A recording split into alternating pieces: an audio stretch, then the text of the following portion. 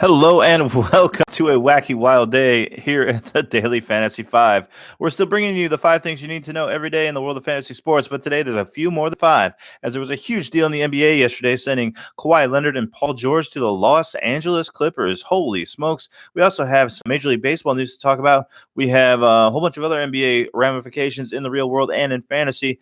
And then we still have to cover our sleepers for our fantasy football tight ends this season. So we've got a lot going on that we've got to cover today. But first, let's have a word from our sponsor, www.mathradio.com, where you can pick up an online math course for as little as $9.99 to help your kids ages 7 through 17 get better grades, score higher on exams, and even get into college. Once again, that is www.mathradio.com. All right, let's start with the big news. So here's the deal. Kawhi Leonard is signing as a free agent with the Los Angeles Clippers. Okay, it's a 4-year deal worth the max at what is it, like 142. And then Paul George is being traded for. So the Los Angeles Clippers get obviously Paul George. The Clippers get Gallinari, Shea Gilgeous Alexander. Those are the two players involved in the deal. And they're also getting 5 draft picks from the Los Angeles Clippers. So Los Angeles is sending 3 of their own unprotected for future first-round picks. They're sending 2 Miami first-round picks, which they own. And then they're also including 2 pick swaps in this deal. So they've gone all out to pick up Paul George, which brings them Kawhi Leonard. Apparently, Kawhi called them, let it be known that he wanted, well, first he wanted KD. KD said no. And then he asked for Paul George, and they were able to land him Paul George.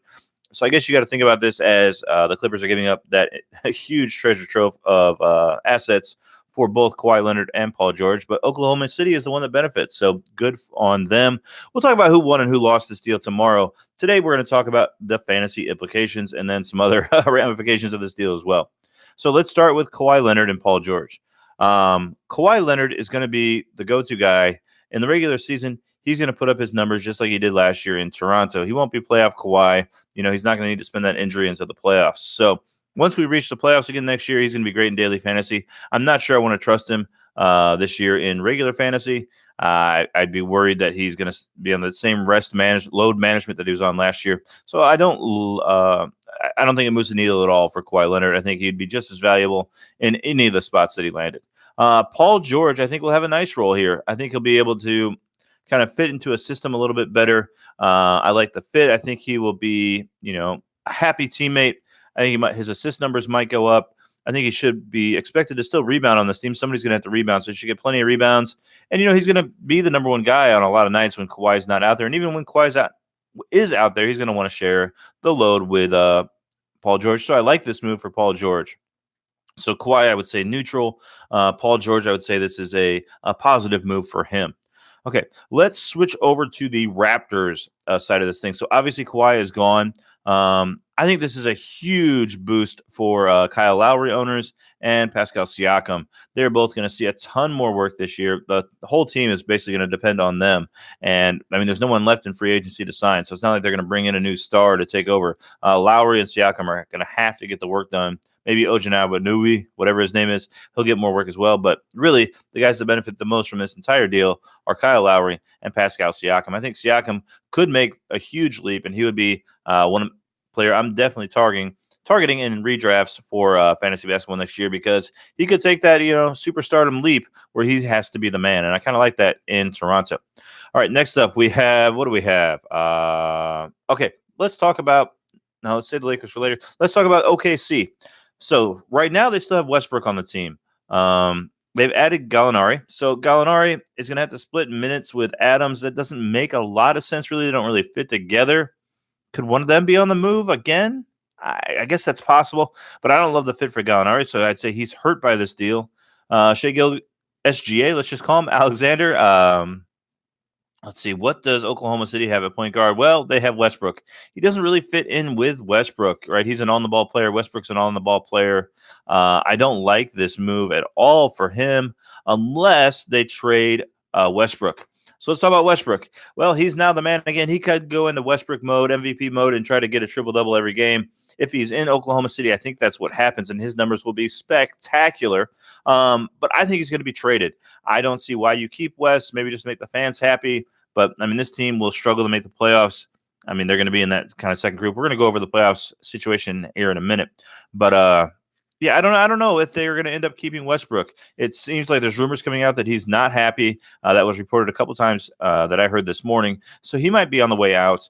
I worked up a little fake trade scenario for us. So let's say the Thunder want to move off of Westbrook. He's got, I think, 3 years remaining, maybe even 4 on his deal. Well, they want to be out from under that. They want to be out from under the tax. They could trade him to the Chicago Bulls. Of course, there would be maybe a first-round draft pick involved, but if you throw in Otto Portis Jr. and Chris Dunn, Otto Portis Jr. only has 2 years on his deal, where Chris Dunn only has 1. So you're moving off of money more quickly. You're saving a little bit of money in your cap space, and maybe they also have to throw in a first-round draft pick or something like that to make this deal happen. I think it makes sense for Chicago. You're not losing any of your key elements, right? Chris Dunn is definitely replaceable. The Otto Porter Jr. contract might be a mistake at this point. I don't think that's a great deal. He's getting paid like $27 million for the next 2 years, each year, but not total. If it was total, that deal would be fine. So I think it makes sense for both teams. The Bulls try to win now with their young guys. They have Markkanen, they have Wendell Jr., they have a new point guard who's a rookie. Maybe you trade him. But, I mean, it would be interesting for the Bulls with Westbrook. Maybe the rookie's included in the deal instead of Chris Dunn. That could be possible as well. I think it makes sense. The Bulls haven't been in the playoffs in forever. So I think this deal could work out for them. Westbrook could be traded to the Knicks. Seems legitimate. Maybe to Miami with team up with Butler. I don't know. A lot of things seem possible. I don't see Westbrook being on Oklahoma City next year. So I've got them in my rebuilding category. Okay, now let's move over to Lakers because – did I cover everybody on the Raptors? Yes. Oklahoma City, Westbrook. I think his value shoots to the moon if he's going to be on Oklahoma City next year because he's just going to go all Westbrook like crazy. If he's on a different team, it depends where he goes, and I can't answer that right now. But I don't think this is bad for Westbrook at all. Not at all. Okay. Let's move on to the Lakers. So they obviously didn't get Kawhi Leonard. They did sign Danny Green to a 2-year, $30 million contract, so he's going to get paid $15 million each year. That cuts their cap space in about half. So right now they have Danny Green, Kuzma, Anthony Davis, and LeBron James. So they still need a point guard. They have no point guard. And they only have, $16 million in cap space left? And there's not that many players out there. We're talking about like Rajon Rondo, Marcus Morris, guys like that aren't really going to make a huge difference. And like Morris wants to get paid. Rondo might come back on something like the minimum. But wow, this is horrible news for the Lakers. I mean, it's not just that they didn't get Kawhi, but they weren't active in the market, beforehand. They could have had guys like Seth Curry. Who else got signed to deals? I don't know. They could have even gone out and tried to sign Kemba Walker, something like that. That would have been a nice fit on this team rather than they're going to be garbage basement diving at this point. So not good for the Lakers. Danny Green, I like his fit on the Lakers. He's going to be expected to play a lot. He's going to get a lot of open threes. So I think Danny Green's individual value rises, but I think the Lakers are totally screwed by this deal. I was looking at the playoffs teams, and I think the Lakers might not make the playoffs again next year. Let me just go through the top 6. There seems to be a clear top 6 in the West. We've got Denver, who finished first last year, Golden State, who finished second. I think, with bringing in who was the point guard from Brooklyn last year. He was with the Lakers. You know who I'm talking about. He was traded to Golden State. Oh, wow. I can't believe I forgot his name. But you know who I'm talking about. Golden State picked him up, and they still have Steph Curry. They still have Draymond Green. I think Golden State should – D'Angelo Russell, thank you very much. With those 3 guys, they should still be competitive, and they'll get Clay back maybe towards the end of the season. I still see them as a playoff team. You got Houston, who I think is a lock. They haven't done anything like really stupid yet this offseason. They still have all their star power. The Clippers are obviously in. Portland is definitely in. I think they're a little bit better than they were last year. Utah, I think, still might be the best team in the West. Maybe it's the Clippers. Actually, the Clippers are deep, and the Clippers are the best team. Utah might be the second best team. So that's 6 teams that I think are locks. Even if you don't want to put Golden State in this group, you can put them in the next group. All right, so here's my contenders for those last 2 or 3 spots. We've got San Antonio, Sacramento, both playoff teams last year. New Orleans, who should be vastly improved this year because they didn't really have Anthony Davis. You can say, how could they be vastly improved? Well, losing Anthony Davis, they didn't really have him for half the year. He played like 15 minutes a game. Who cares? They're going to be so much better this year with Zion. They added some nice free agents. They did well in the draft. I think they're going to be great this year. I think they're making the playoffs. Dallas should be incredible. You've got Porzingis. You've got who else did they add this year?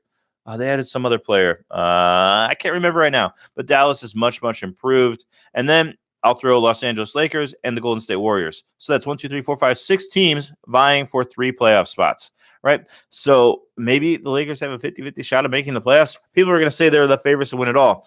Well, you know what?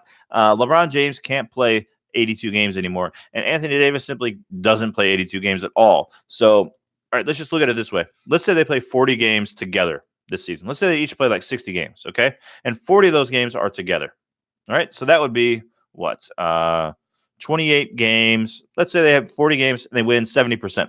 That would be 28 wins from when they both played together.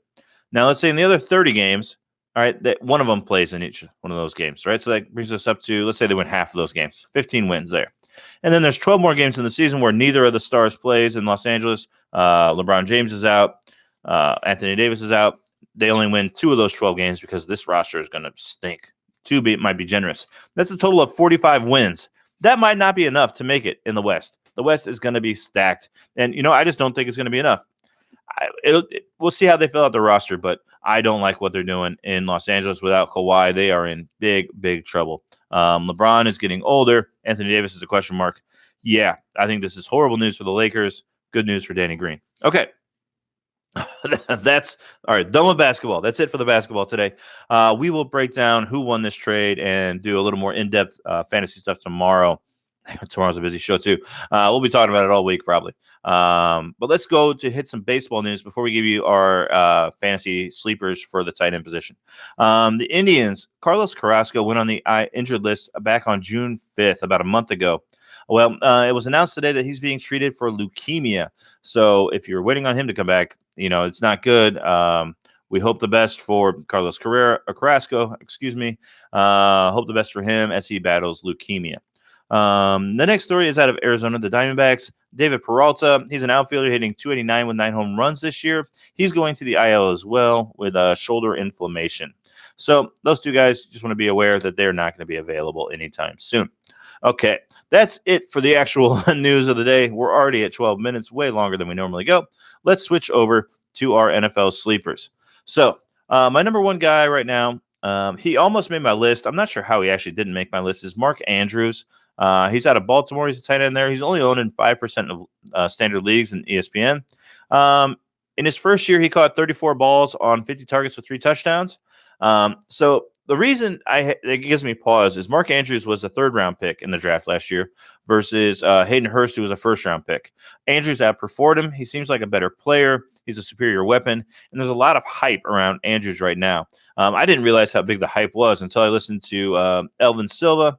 Evan was on the Ringer NFL podcast show this week with Kevin Clark and Robert Mays, and he was just going through each position and giving a guy that was kind of outside the top 20 who could finish in the top 10. I thought it was a really good segment. You should check it out.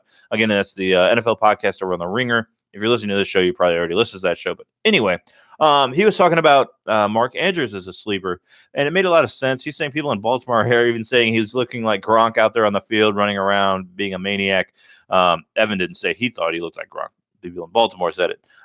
So I think Mark Andrews, at the end of your draft, you wanted to, if you're in a deep league, I'm not going to put him in my top 20 right now, but outside as a sleeper, I like Mark Andrews a lot.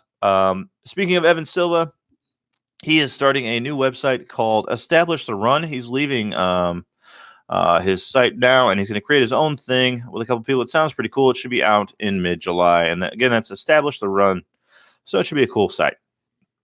All right, enough plugs for them that I'm not getting paid for. Let's move over to Foster Moreau out of Oakland. So Oakland has like one of the worst tight end situations I've ever seen.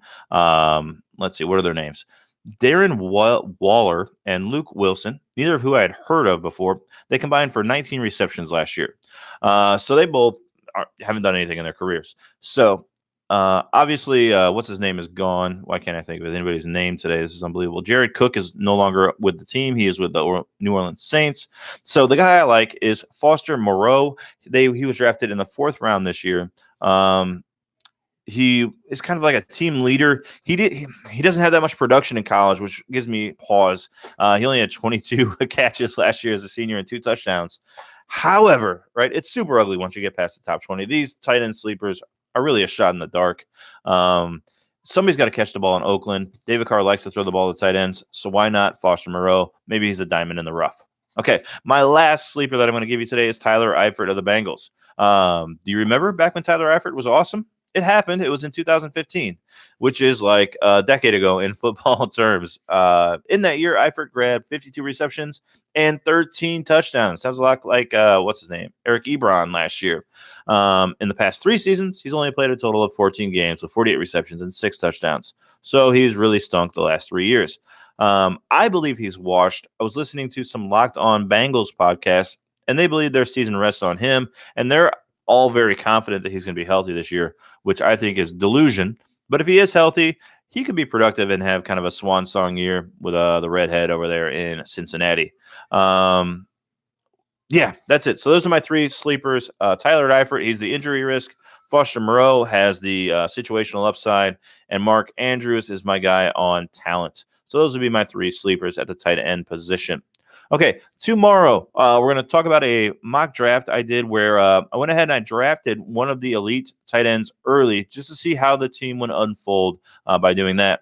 Also tomorrow, we're going to talk about what you should do if you end up with a 5th pick in a redraft snake draft. I was listening to the Pro Football Focus Fantasy Football podcast yesterday, and Jeff Radcliffe was, going through his first round mock draft, and he made the point that he would not take wide receiver at number 5. I'm definitely in the grab a wide receiver at number 5 camp. He actually didn't take a wide receiver until I think pick 8 or 9. And I just want to go through a little exercise and show you why I don't think that is the best idea. We'll do that. We'll go through our mock draft. We'll talk about all the news. Maybe we'll get more into the NBA trade. So hopefully we can get to all that stuff and more tomorrow on the show. I appreciate you listening. Please check out our sponsor, www.mathradio.com, to pick up an online math course for as little as $9.99 to help out your child ages 7 through 17 at mathradio.com. If you are watching the show on YouTube, I'd appreciate it if you hit that red subscribe button. Tell your friends about the show, and leave us a comment or question below. And if you're listening to the podcast on iTunes, Spotify, or any other podcatcher, I'd appreciate a 5-star review, a 5-star rating, a glowing review, all that good stuff that makes other people find us, and tell your friends about the show. See you later. Bye.